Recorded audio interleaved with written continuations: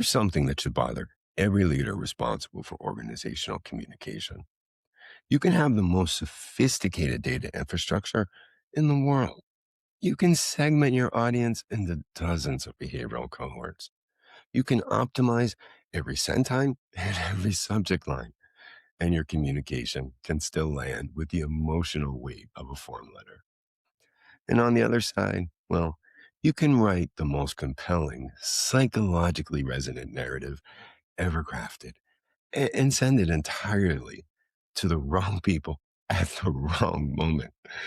The first problem is what happens when you have data without craft. The second is what happens when you have craft without data. And most organizations are operating with one or the other, but never both.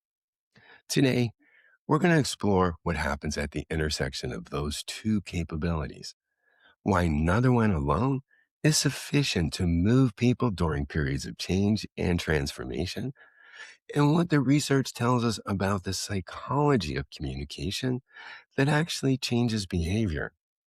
I have two guests who embody this intersection so very well. One has spent decades mastering the craft of language, of narrative, and editorial strategy. The other operates data-driven communication at one of the largest technology companies in the world. They represent two halves of a capability that most organizations have never successfully integrated.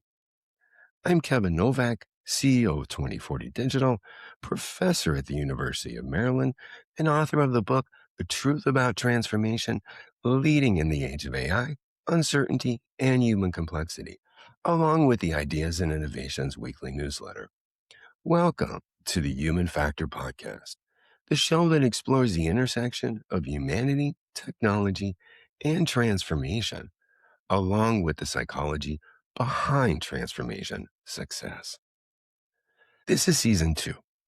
We have spent this season building a diagnostic framework for why transformation fails at the human level. Identity crisis, emotional contagion, structural traps, algorithmic mirrors, the organizational immune system, structural silence, the psychological contract, generational fault lines, and even covering the diagnostic map that showed how all of those dimensions interact as a system. Today, well, we're applying that framework to a specific domain where these dynamics converge in ways that most organizations handle poorly: communication. Communication is how organizations attempt to move people. It is how leaders announce change, how associations engage members, how institutions maintain trust, and how transformation gets translated from strategy into action. And well, the research tells us that the way most organizations communicate is fundamentally misaligned with how people actually process information, how they form trust, and when they decide to act. The data on this is sobering. Research published in the Journal of Consumer Research shows that psychographic-driven campaigns outperform demographically targeted ones by up to 87%. Nielsen Consumer Research confirmed that messaging aligned to psychological motivations generates 2 to 3 times the response rate compared to demographic targeting alone. And on the association side, member-wise digital excellence research found that only 17% of association members describe the communications they receive as highly relevant. More than 8 out of 10 people feel like you're not really talking to them. But here's the thing those statistics don't tell you. Psychographic targeting without editorial craft just means you are sending personalized mediocrity, and brilliant writing sent to an unsegmented list is a magnificent message that reaches the completely wrong people at the completely wrong time. The organizations that actually move people through communication have figured out how to integrate both. And that integration is what this episode is all about. To explore this, I am joined by two people I have worked closely with who represent both sides of this equation. Deborah Patton is the COO at the Robin Report and co author of my first book, The Truth About Transformation. Deborah has spent decades in publishing, editorial strategy, and brand communications. She has helped revitalize traditional brands and launch new media businesses. She has worked with me for more than 10 years, and she carries something that I think is increasingly rare in organizational communication: the ability to hear language the way the reader hears it, not the way the writer intended. That distinction is the difference between communications that connects and communications that perform. Deborah, welcome. Thank you, Kevin. I'm happy to be here. And Justin Thorp is the Director of Email Marketing and Audience Strategy at Oracle, where he runs communication strategy at an enterprise scale that most organizations simply can't imagine. Before Oracle, Justin held roles at 500 startups and Hello Wallet. And before all of that, I recruited Justin to the Library of Congress when he graduated from RIT, which is where our professional relationship began many years ago. Justin brings something equally rare on the other side: the ability to read behavioral data and understand what it's actually telling people about why people engage, not just whether they do. Justin, welcome. Thanks so much, Kevin. It's really a pleasure to be here. So, before we get into the research, I want to set the stage with a question that I think will surface where your perspectives converge and where they diverge, because I know there are times that it diverges. When an organization's communications consistently underperform, what's the actual problem? Not the symptoms, not the metrics, but what is actually going wrong at the human level? Deborah. Okay, there are a lot of things. First of all, a lot of people write for themselves because they think it's their own personal bias. They think everyone thinks the same way they do and is interested in the same things that they are. And that puts you in a big trap as a writer because that has nothing to do with who you're writing for. It only has to do with yourself. So they end up selling, not telling, and they're not inviting people into what you're communicating. My mantra always is, what does it mean? Why does it matter? And what does it matter to you? Why do you care personally about what I'm telling you? Another thing is people focus on the wrong narrative. They're so proud of what they're saying and what they've got to sell that they miss what connects with the audience. It's all about them, not the person that they're trying to recruit or woo into their whatever they're selling. And then the other thing's a little more ephemeral, but people don't appeal to a higher sense of self. They don't find the purpose, the reason, the something that transcends the actual transactional aspect of what you're writing about, but where's the common ground? How do we connect? It's more of an emotional messaging, and it's complicated because it changes every time you write. But it's that weird kind of mix of emotion, psychology, empathy, and higher purpose. So that's my take on it. Thank you. Justin. I mean, I completely agree with Deborah. I think there's a real gap in empathy in that we're often too lazy to think about ourselves or think about what we're trying to communicate from the perspective of the reader and what they would potentially find everything interesting. I think of marketing, be it an email or other channels, kind of like a mirror, right? And when the reader looks at that mirror, what is it that they're going to see? When it's the best marketing, the marketing that I've seen has been the most successful. When the reader, the consumer is looking at that mirror, they see themselves. Where all too often, when marketers who are less successful put themselves at the center of the equation.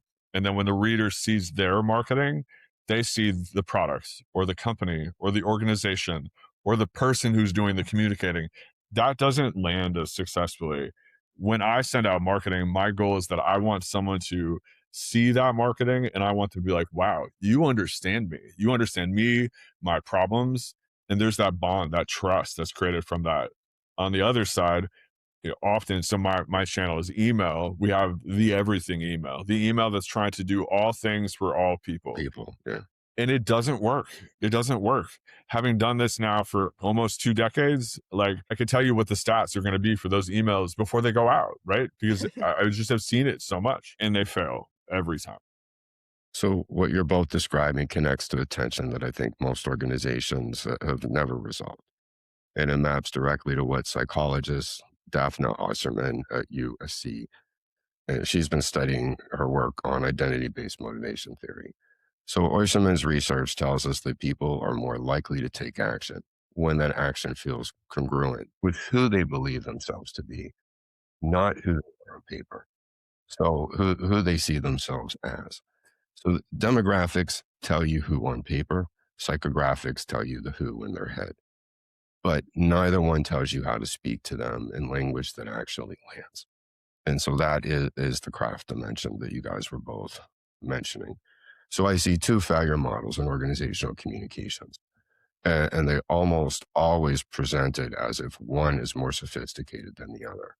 The first is the organization that writes beautiful communications, well crafted narratives, clear calls to action, professional tone, and sends them to everyone the same way. They have craft, but no data. The second is the organization that has behavioral segments, engagement scores, predictive models, and A/B testing infrastructure, and uses all of that to deliver messages that read like they were written by a committee or generated completely by a template engine. In today's terms of AI, that's happening more often than it should be. So they have data, but no craft. So the research is clear that both fail, but they fail for different reasons.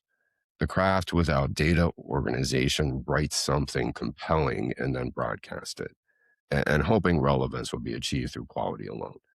The data without craft organization targets precisely and delivers something that is psychologically completely inert. The engagement data looks optimized, but the downstream behavior, the actual change in what people do, never materializes. They just don't take action. So, Deborah, you spent your career in the craft of editorial communication, understanding how language, structure, tone, and narrative actually move people. And it is an expertise that I have over the years benefited from, and one that slowly has altered my own writing style over time.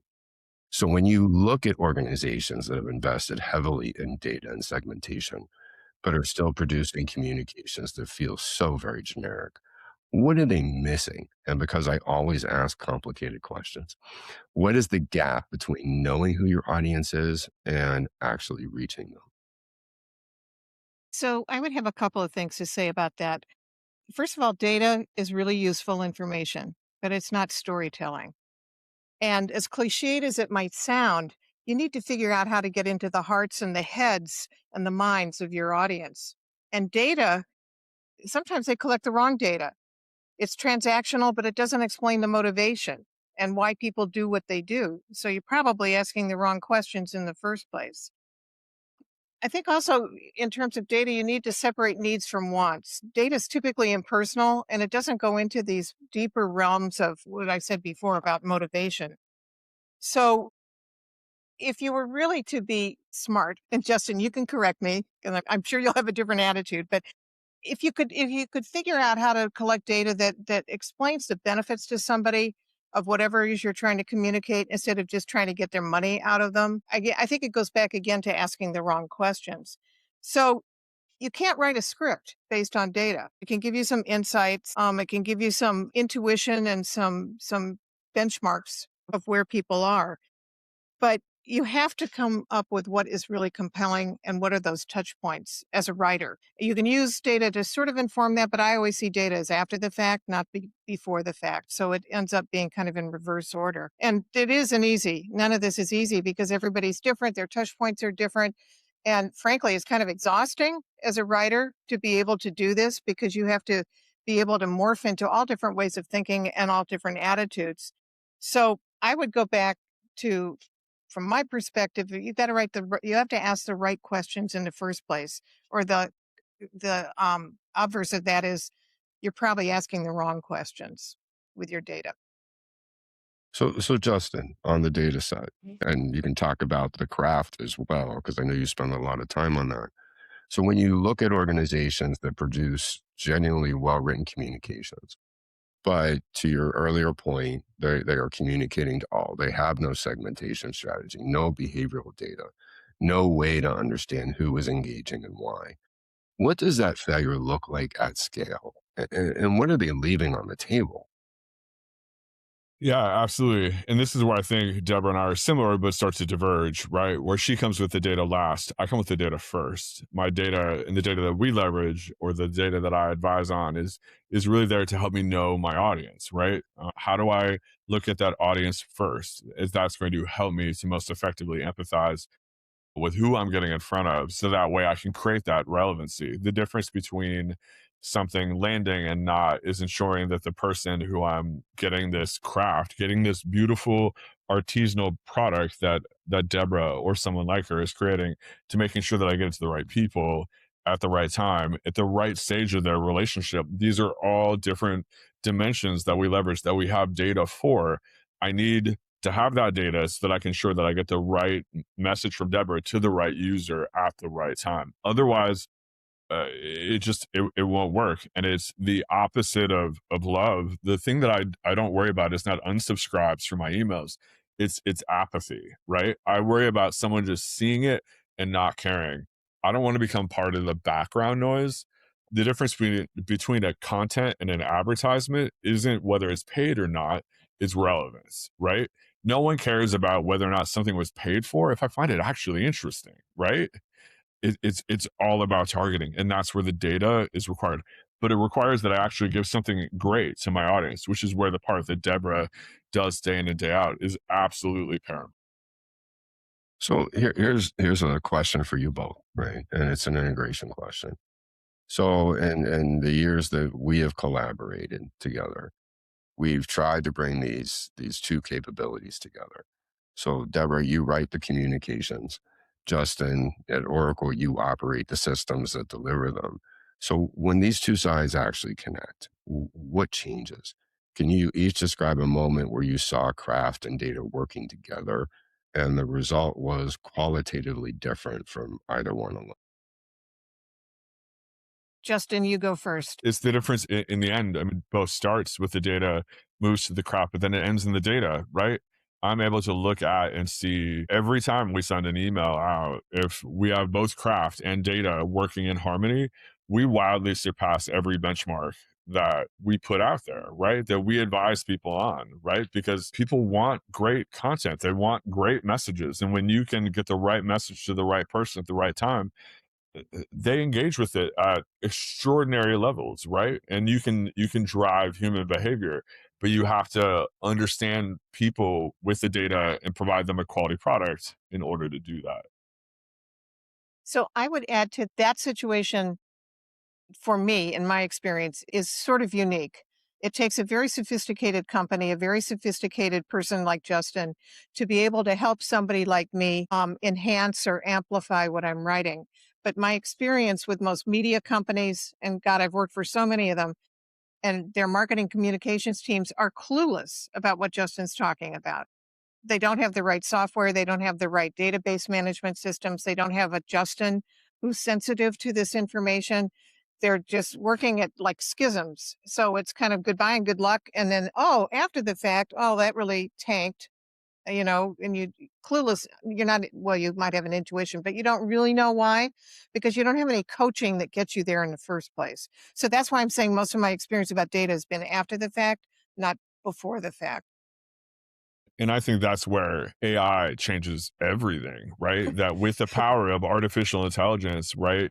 It's the people who have that base foundation, the people who have the well organized data and the culture of curiosity, now powered with AI, are going to leapfrog past everyone else, because my ability to both understand the data and then create copy with an artisan, right? Not without an artisan, but with an artisan with the AI, my ability to serve 90% of the quality at 10 times the scale is, I'm going to dwarf everyone else in the process.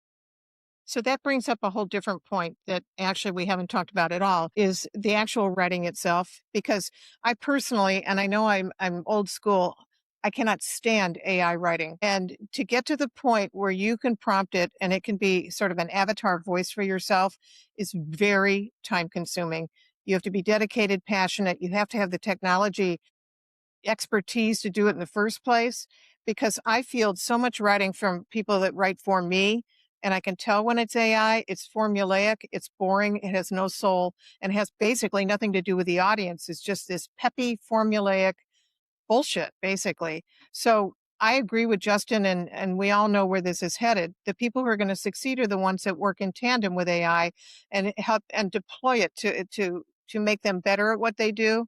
But we're at this in between point right now where that's not happening.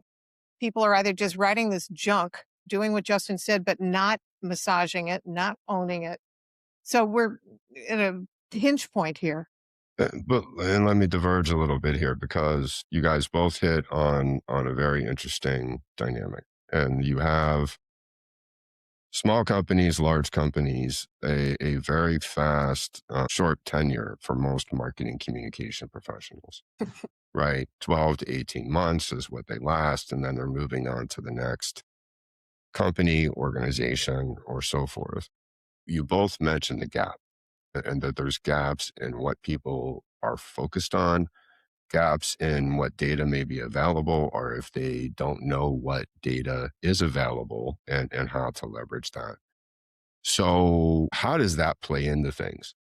Deborah, I'll turn to you because when you mentioned the variety of media companies where those staff do not know what they're doing, and so there's a lot of money and time being spent on the effort, but not necessarily the results. So this is a way of answering your question. I would say if we just go to what I do for the Robin Report, which is for senior level executives, I work with a bunch of very young people, marvelous, smart, very enthusiastic young people.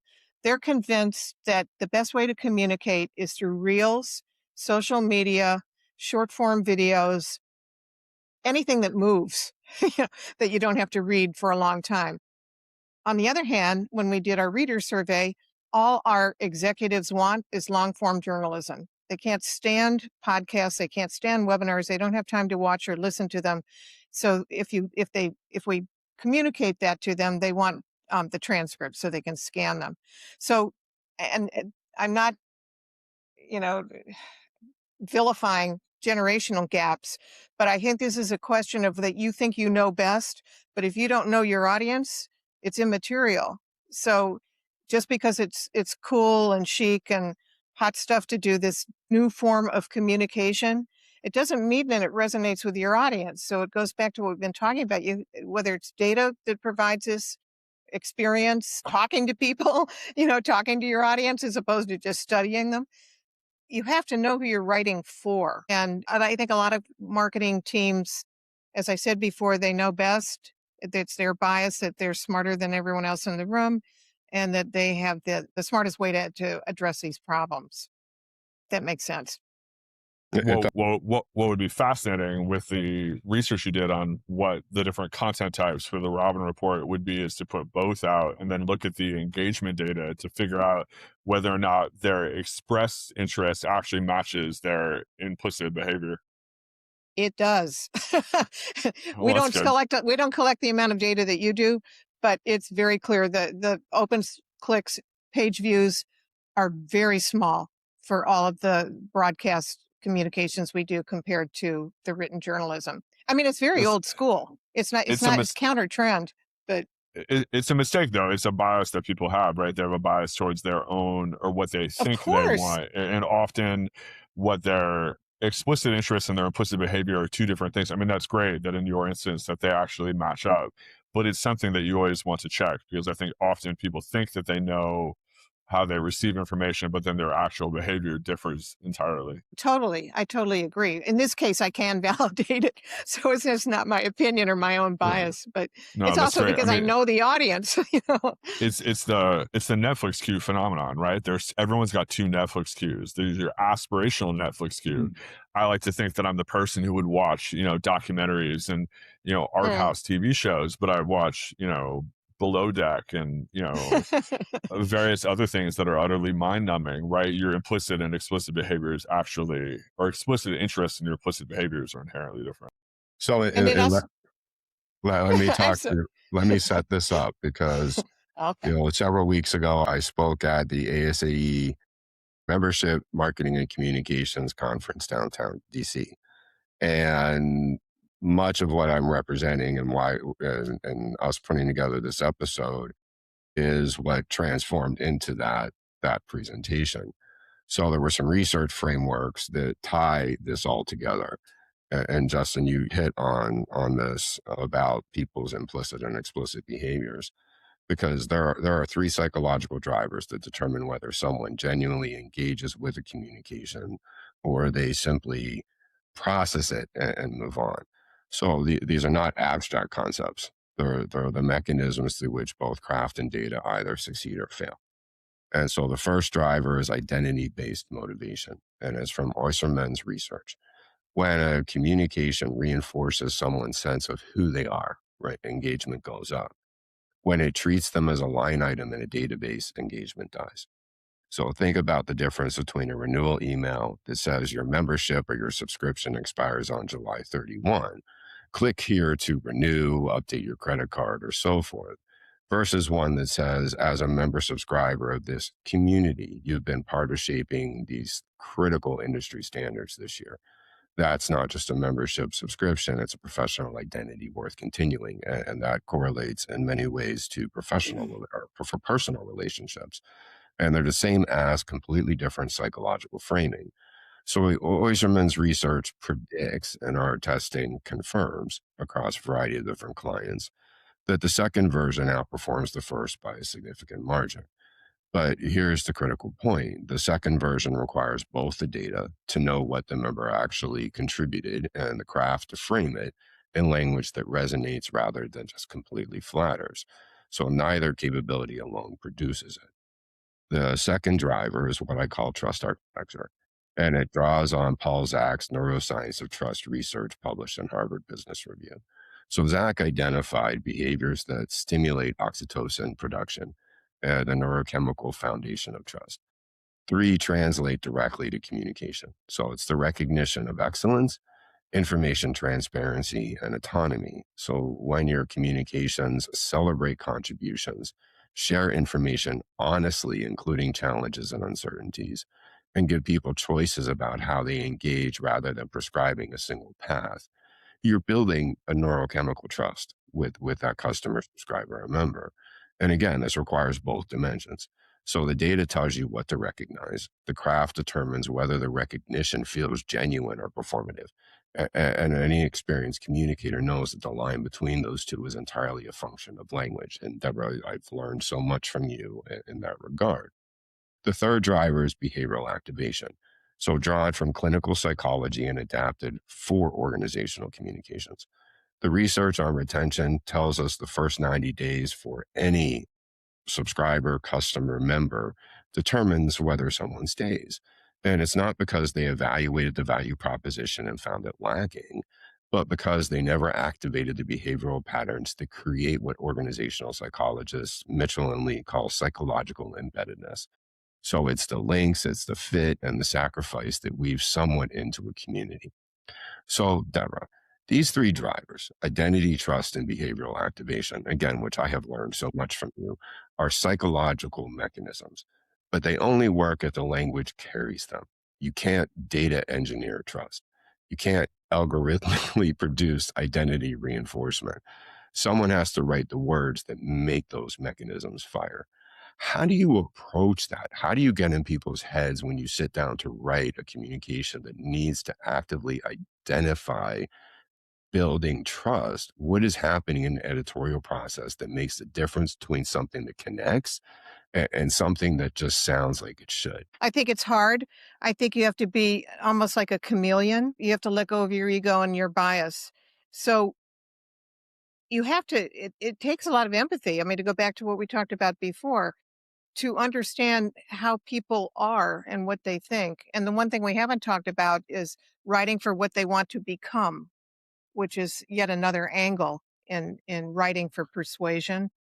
I think the biggest unlock for all of this, though, is to know at what stage these various mindsets or psychologies exist. And most of us don't have that kind of enhanced information and data. So you're kind of doing it through logic and common sense. But if you're really doing segmented communications and you don't have a Justin to tell you, and you aren't measuring through data what these different psychological states are, then it's kind of like guesswork. I think it's this fusion of the art and science of it. And again, I go back to having a really strong team, data analytics team behind you that can guide you as a writer as to, who's who and who are we writing for. But most of us don't have that level of specificity in terms of our audience. I mean, it's wonderful that they've done this research, but I wouldn't say that there's a whole lot of databases that segment it that way. Go ahead, Justin.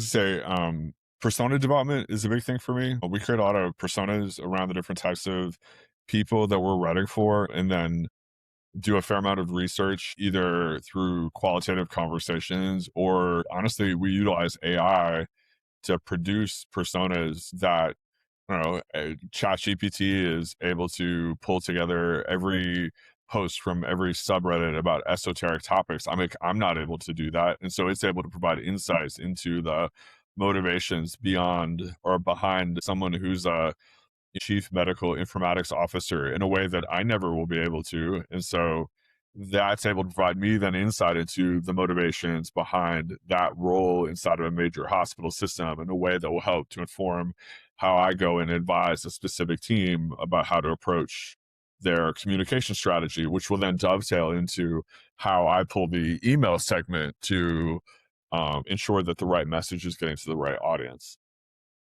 I totally understand that, but if I could just add one thing, I think it's any writer who's like paying attention can figure out at different career stages in terms of roles and responsibilities that you're writing for, whether it's in medical profession or tech or something like that. But what Kevin's talking about is way deeper than that, and I think it's very hard to ferret out if they're trust or identity or what these different psychographics are, because that doesn't necessarily conform to the role you play in business. It conforms more to where you are in a purchase decision process, about choice, how you value things. And I just don't think that very many companies, at least that I've worked with, are at that level of sophistication to match what the psychiatrists and sociologists are coming up with in terms of what actually gets into them and what triggers a decision or a behavior. So what I think is interesting, and it's interesting to me that those organizations that you spoke to that aren't doing that, I think they themselves forget that those are their people and they have their No, needs, yeah, right? They have their needs, wants, and preferences, and somehow they forget how to, well, they forget to recognize that and that they are actually talking and interacting with people and trying to get people to purchase, to join, to take some action. They don't take the time to get to know those people. right. I It's a mean, deep it's a whole they could go on for 2 hours about that because you need a Justin, a super smart Justin, whom he is, to help you figure that out. But I think the bigger issue, if you wanted to look at it from a macro cultural perspective, is that we live in a transactional framework mindset right now in our country, at least. And because it's so focused on transaction, the whole need for empathy, the understand the motivation, the different psychologies, nobody cares. They just like, let's make a deal. Let's close the deal. And I think it goes back to what the leitmotif of this that we've been talking about is that we've lost a sense of empathy, and marketers like, make my quota, sell it, get tickets to the event, sell the books, whatever it is, without understanding why anybody would want to do it in the first place, I heard without the a help of Justin. you know? and there is a data aspect to it too, but I think often there's just a common sense that gets forgotten. Years ago, I heard a great, like a legendary Silicon Valley product marketer say that great product marketing is not about how your product kicks ass. It's about how yes, I help you kick ass. yes. And it Right. all comes back to that identity, right? I'm here to make you a better version of yourself at work, to make you feel empowered, to make it feel like I'm solving your problems. And that's when the message becomes successful. And when that gets lost, regardless of the channel, regardless of whether you have data or not, right? Your message isn't going to be successful. Yeah, it's a perfect example if you're working like we work with retailers where the retailers just think about selling their stuff. They forget that the customer is going to buy it. And if you're not customer centric, whatever your profession or discipline or industry is, you've lost, as soon as you walk out of the gate, your focus is in the wrong place. Yes, and I think anybody who, since COVID, receives the quantity of emails from different companies, because I don't think the quantity has lessened since then. There are so many organizations and companies continuing to completely miss that connection, and they can't be doing well. So I want to ask you something because you work at a scale that many people couldn't even conceptualize. And so you can measure opens and clicks. But how do you measure whether trust was built or identity was reinforced? And you mentioned identity. It's one of the biggest things I always talk about. So at Oracle's scale, what signals tell you that a communication connected at the psychological level versus just performing well on the surface metrics? I mean, I think it's not just looking at the singular point in time, but it's looking at a trend over time, right? We're not, or I'm not just thinking about this one communication or this one marketing program. I'm thinking about how this is progressing you in the sense of a relationship, right? I want to continue to evolve you, to mature you, to nurture you, to make you feel like you trust Oracle or whomever more so with every time that we try to communicate. So that hopefully at some point that matures into you wanting to purchase a product. And it's that you continuing to come back and you continuing to engage and you continuing to engage, it acts as kind of a proxy for that continued building of trust. So would you correlate that trend analysis to, in many ways, a relationship? Absolutely. I mean, I think all marketing is relationships. I mean, all business is a hospitality business. All business is a people business, and digital marketing is just relationships at scale. So Deborah, from the editorial side, and picking up on what Justin just mentioned, are there signals that you pick up that the data miss? So things that you notice in reader responses, because I know you analyze these in the ways that people reference communications back to you and the language they use when they engage, that they tell you something connected at a deeper level. So I think, just to be totally honest, you're really lucky if people respond and give you a ton of feedback. And they separate self-selectively into like really happy people and they love what you're doing or they're super pissed off at you. So for me, if I don't hear anything, I feel like I'm probably doing okay because I haven't irritated anybody and I'm just assuming that I'm okay with everyone else. But I don't have the sophisticated data backup that Justin would provide to validate that. I think what's increasingly hard, especially for somebody in my position, is that nobody has time to respond to anything unless it's set up as a dedicated chat sharing LinkedIn community, something like that. But when you're doing communications, marketing communications, you use all your tools, all your resources, all your intuition to everything we've talked about to hit the mark. But even in corporate communications, when I was doing it for Nielsen, you'd hear like, "Oh, that was great. I'm so excited." And you kind of wonder if that was true and they would just want to make sure that they were on your good side. Or you hear like, "Oh, this is awful. Do I have to do this again?" But it's not common. It's not you don't get waves and waves of response. You have to invite it. You have to ask for feedback. You're not going to get it unless you really promote that there's a forum for them to give it to you. So to digress on something that you mentioned then, so is the lack of feedback a challenge in organizations because then they feel that they're doing well and not recognizing the human reality, right? That most people are not going to comment. They're not going to hit like. They've seen it, they've interacted with it, they may have read it, perhaps they even took action. But your only confirmation then is that they took the action. Well, I think it's in data in Justin's world. You can tell if people open something or looked at it or clicked through it. I mean, that's where the data on the backside, the end result, can give you some long-term pattern recognition, I guess, of whether you're hitting it or not hitting it. But that's today in digital marketing, that's like about the only tool you have that you can rely on, unless you've got a really enthusiastic crowd of people that just love to talk to you. But if you're going to an executive C-suite type of audience, forget it. They barely have time to do anything. So you have to know your audience and also manage your expectations. So if you're some 23-year-old and you think everybody's going to respond because it's a TikTok thing and it's like, oh yeah, 100,000 billion likes, as somebody who's running a retail department store is not going to do that. But we know that they read our material because they tell us anecdotally when we run into them and meet them, but they don't take time to write.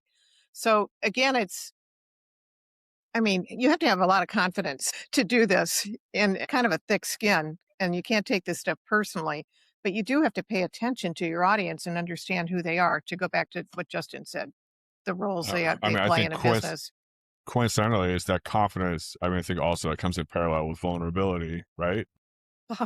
Yeah. That go side by side, and that sounds counterintuitive, right? You can't be confident No. and vulnerable, right? I think they absolutely come in parallel. That in order to feel confident enough to put yourself out there, right, you have to be willing to put yourself out there. Well, I think you have to have faith. You have faith that you understand who you're writing for, and faith in them that you're going to provide something that's worth their time to read it and to respond to it. But again, that goes into this very ephemeral space because faith is not very easily measured by data. So But then the data on the back end, right, to pull in like, hey, did this work, right? Like, Yeah, is this working, right? And if not, why, right? And then to have done enough to start to see, okay, like when I talk about this, it yeah, yeah. doesn't work. When I talk about this, it does seem to work. Maybe it's saying that I shouldn't talk about this, or maybe it says I should talk about this other thing differently in interpreting the data or experimenting and how you interpret that data. You're absolutely right. As an editor of a media brand, you can tell when nobody cares. I mean, it's obvious in the numbers. It doesn't show up like overnight, but that long-term pattern. And then you say, okay, so this is just not interesting to them. And then you do a reader survey and you find out it isn't interesting, but you can do it both ways. Yeah, you can't always trust that data, right? It never ceases to amaze me the content that I put out personally. No one engaged with it on social media whatsoever. And then I talked to someone anecdotally, and they were like, Justin, that was the best piece I've ever No, read in my I know. entire life. And I was like, Some damn, I thought I was talking to a black hole, right? to personalize that, yes, I with the newsletter and even this podcast, I feel that same sometimes where you feel that you're putting stuff out into a black hole. And then you get the random email. Last week, there were 3 texts from 3 different people, a couple LinkedIn messages saying that was so incredibly helpful. And so, to Deborah's point, people just, whether it's a time issue, whether they're intimidated, it resonates with them, but they don't often let you know.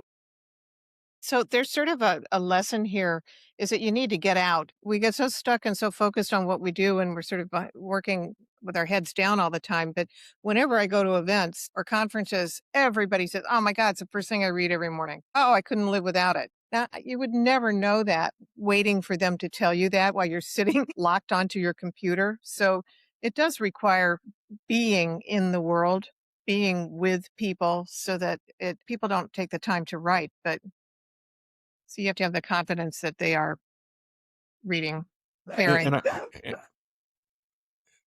I think to build onto that, right? I think having curiosity, right? Enough of a desire, or curiosity is baked into part of your culture so that you have the desire to want to get out and see what the real world actually looks like, to talk to those people, to ask questions, to look at the data. I think the curiosity and kind of creating that culture inside your organization to make it that something that you actually desire is an essential part of that. Let me ask a question around AI because you guys both hit on this earlier. So, in a world that we know that is becoming more and more impersonal and more digital driven, how then, if AI is writing those communications, is monitoring those communications, Where is the human comprehension in that? To both your points about the necessity to get out and talk to people, but AI is theoretically taking care of the system. Justin's better qualified to speak to this, but in my opinion, you've got agents talking to agents. And then you start to wonder, well, what the hell? People are doing search and their agents are talking to another agent, talking to another agent to accrue all this information and aggregate it into something meaningful. And as a writer and all the writers I work with, I think we feel, as confident as we are, I think we feel extremely threatened by being disintermediated by systems, talking to systems, and you start to game it. When you do digital communications, you game it for the agents, you don't game it for the human being anymore. That's why I say we're in a hinge point, Hmm. and when I'm not quite sure where it's going to go ultimately, but being in the middle of all of this as we find our way is frustrating and confusing, frankly. So I mean, I think there's a reality to automation playing an increasing role in all of our lives. That being said, at least from everything that I've read historically, as automation has increased over time, including things like the Industrial Revolution, Yeah. that the increase in value of artisanship and the increase in the desire, Diametrically, yeah. like it Mhm. goes for craft, like goes up. And so I would think of anything, right? Be it with writing marketing communications to Hollywood, that there's going to be a desire for authentic communication, for authentic craft to increase pretty dramatically as we move to a space where automation becomes even easier to do things.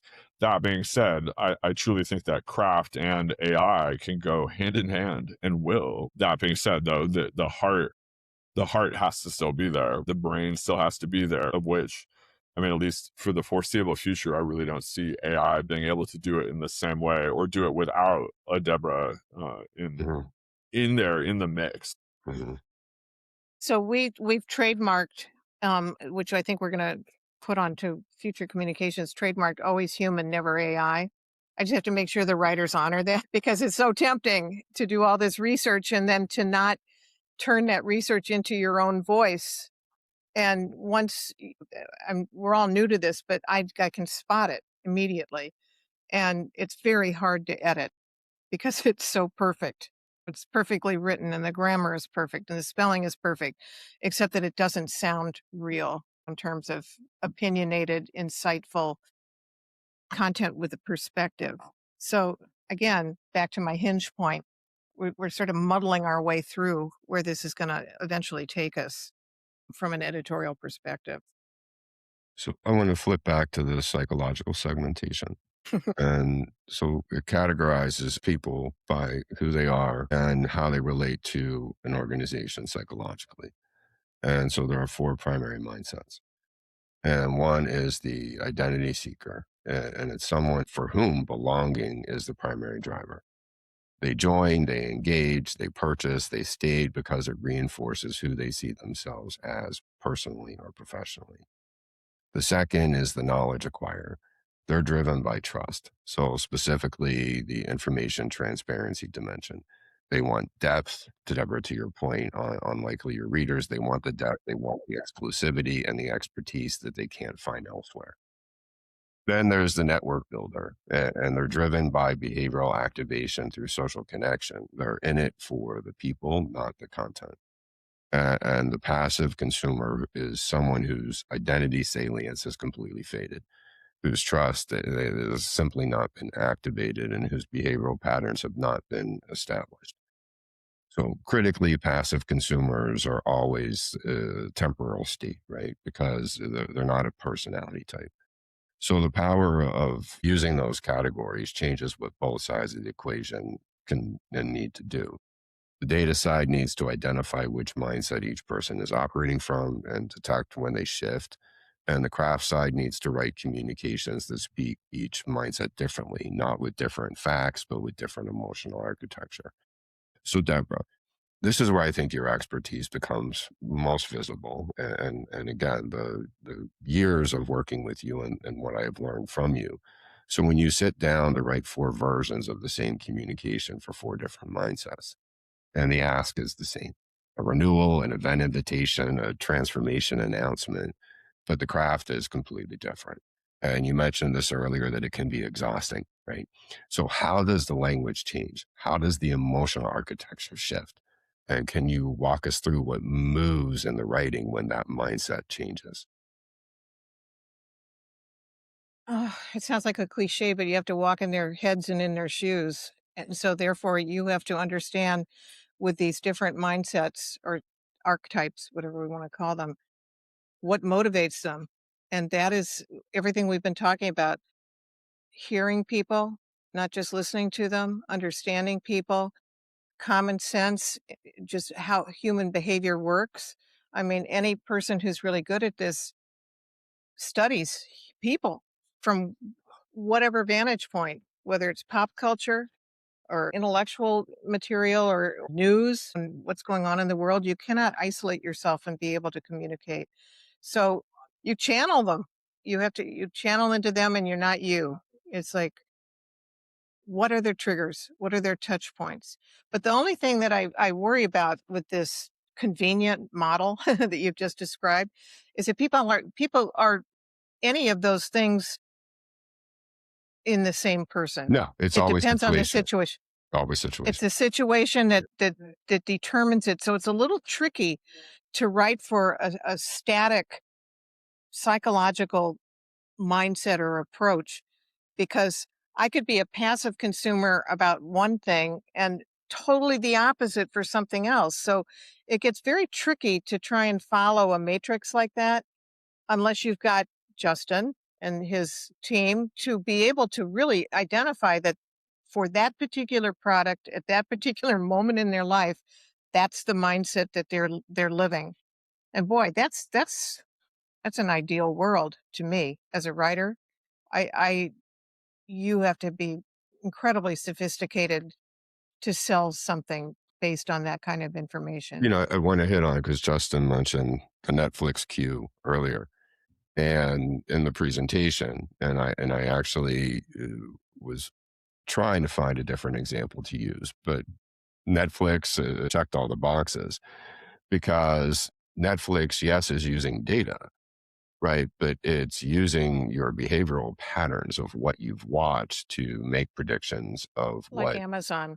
Yeah. yes, right? Amazon the same. And for many organizations out there who are struggling, they are not looking at what they themselves are experiencing with companies like Amazon or Netflix, where they are mapping your psychology based on your prior behaviors, your likes, your dislikes. And to Justin and both actually your earlier point of talking to people about the benefits, Justin, your Silicon Valley example there, which is critical and it keeps being forgotten. And maybe it's that people are just so busy, head down, trying to do their job and marketing and communicating without trying to build that connection. I think this gets us into a realm of predictability and whether you really can measure predictability. I think you can, I mean, everybody talks about measuring intent in it as opposed to reverse engineer the transaction history. And uh, that is what is it, Justin? Some psychographic data and analytics or something, some new field within data collection that has this overlay on it to understand choice and intent. I mean, because mostly we just have transaction data. And then you have to make logical conclusions based either a persona that you've built, like a whole system of people, persona peoples, or common sense. But I think still a lot of guesswork, in my It's the opinion. reason why I'm in digital marketing and not an open heart surgeon, right? Like they can't make mistakes. Like I make mistakes all the time, right? It's just I've been doing this for 20 years now, and you start to pick up on what people respond to and what they don't, right? If I put introducing or announcing in a subject line, that intrigues people, right? And I see the data go up on the open rate because it's like that's some sort of psychological keyword to say there's something big that's happening right now because they said announcing and people read left to right. And so the first word that they read is announcing, and that gives them a hit of something that's about to happen. And so, I mean, I think there's an intuitive, I mean, there's a head knowledge. You can start to read about that as theory inside of a book. But there's also, I've just sent a lot of email and tried everything and failed a lot and Yeah, have no, I figured know. out. Yeah. Like you see the data, right? You're like, hey, I did this and this happened. I did it again and it still happens, right? Like, wait, that's a trend, right? Like data is starting to cue me to human behavior and how to start tying into those psychological cues of what's going to drive someone to take action. So all of this is true, but time is not necessarily on our side.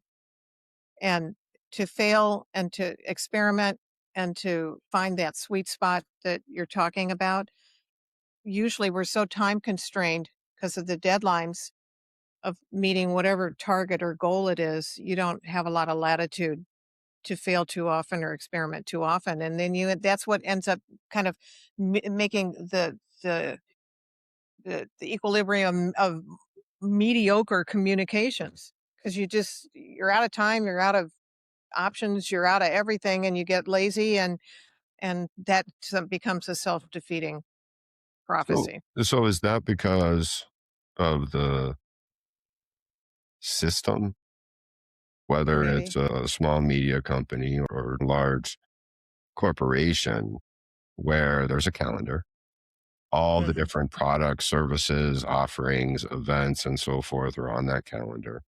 In some regards, many of those things are trying to reach the larger group of people and then segment to encourage those people to take action based on their interest or the benefits.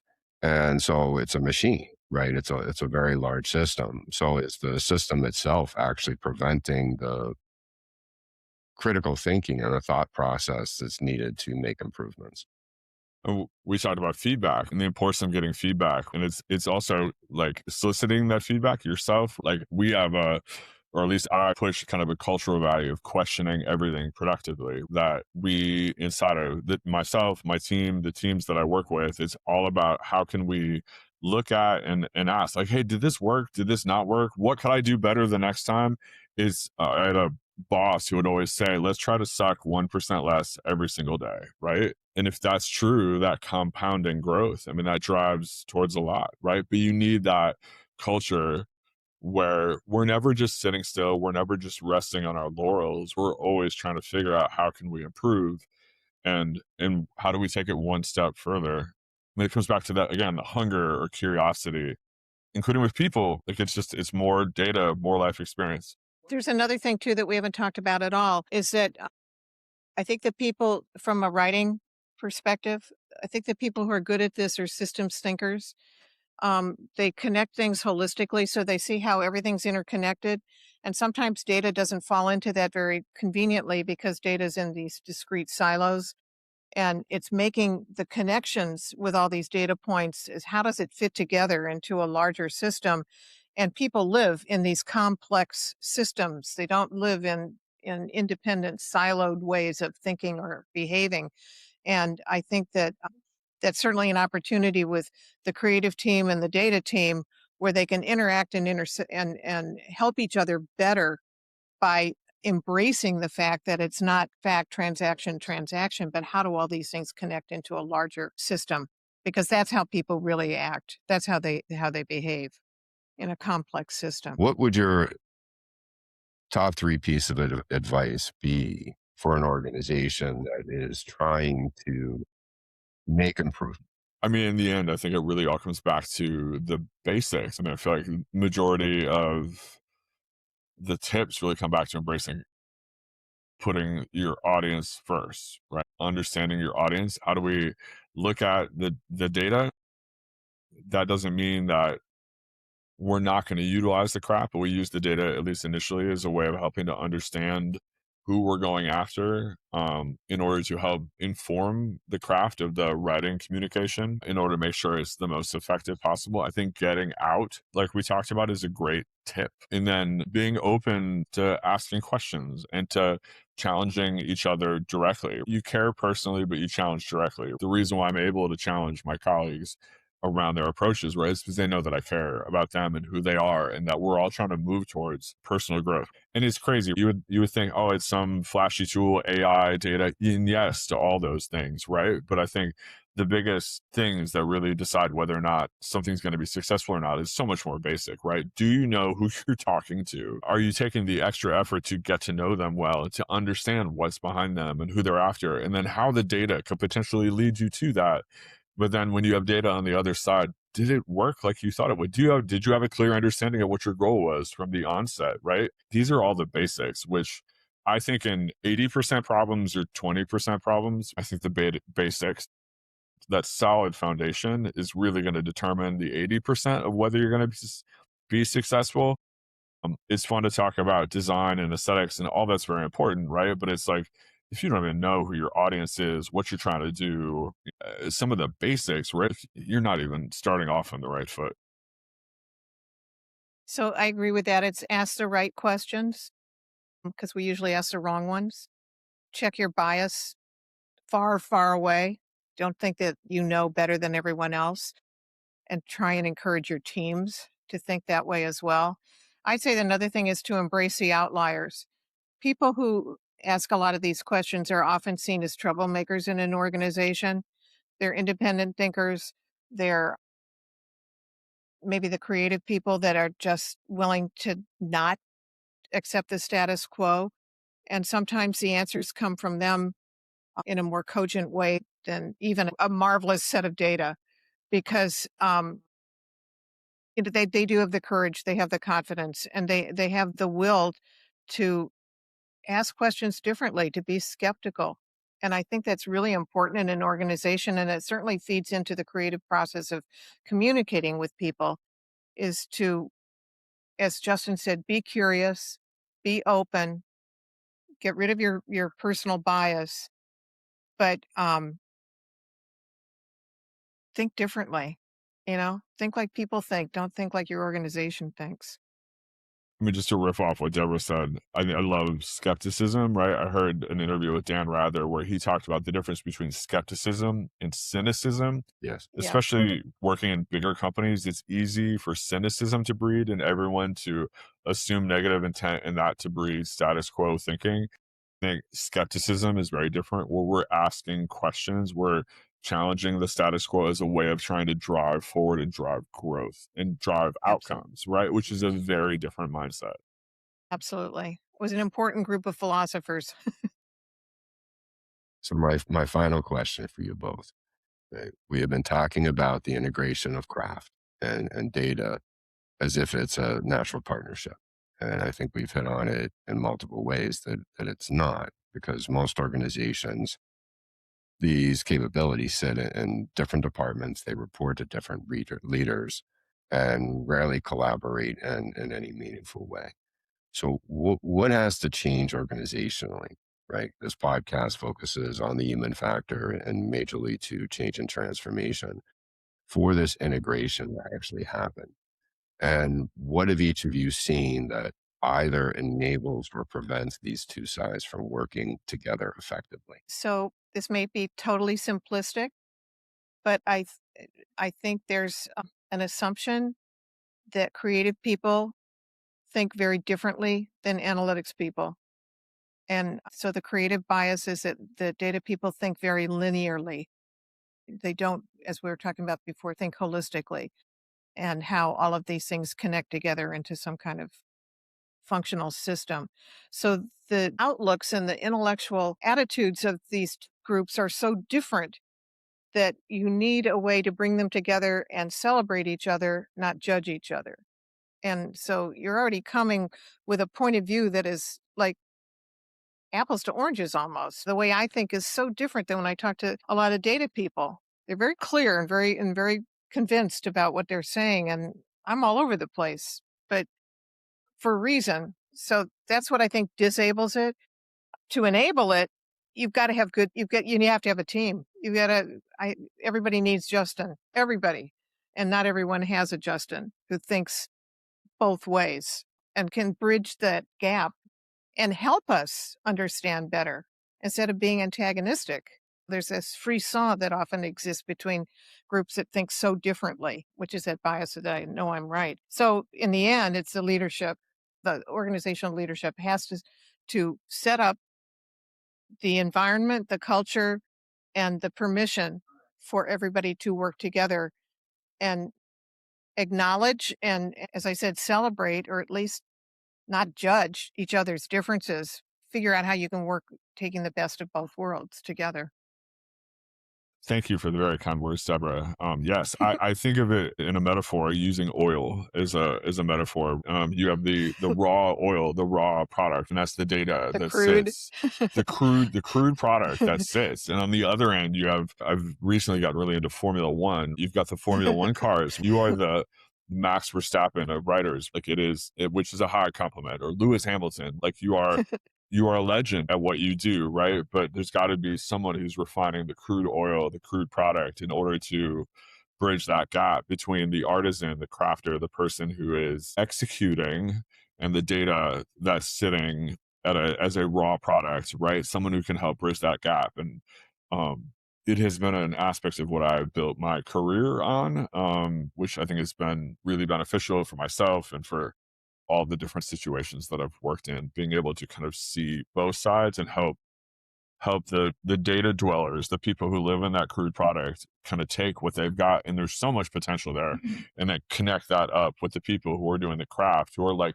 making these beautiful things, but no one sees it, who have these brilliant ideas, these brilliant stories, but can't connect them with the right people. And it's when you can connect that data and the craft together, it's magic.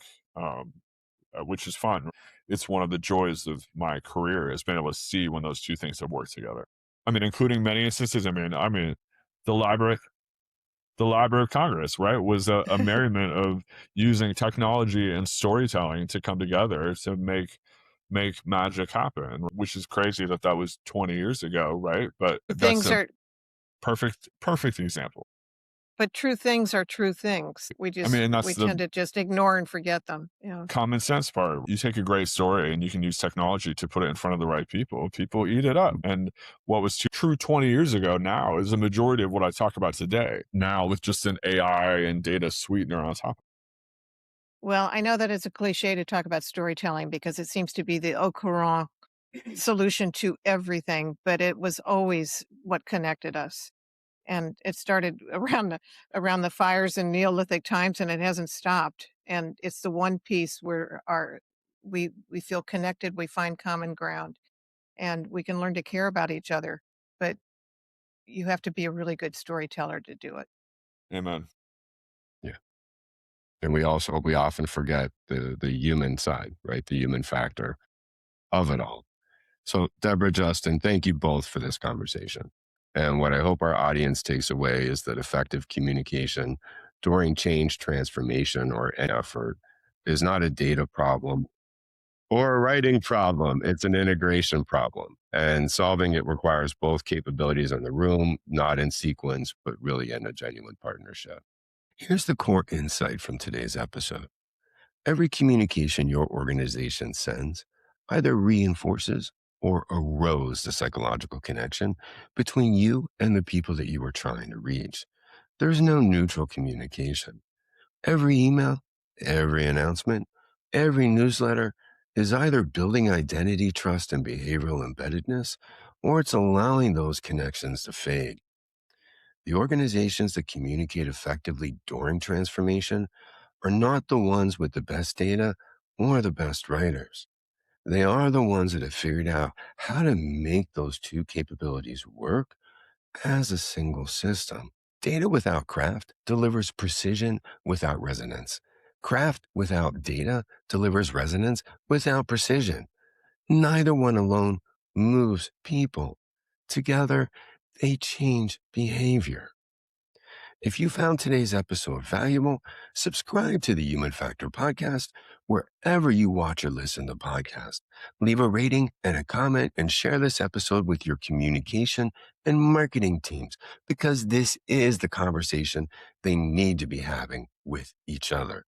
Subscribe to my Ideas and Innovations newsletter on 2040 Digital's website or on Substack for weekly frameworks and research on why change succeeds or fails.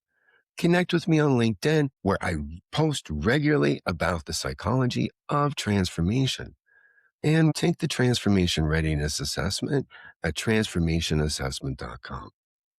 Next episode, we continue the journey.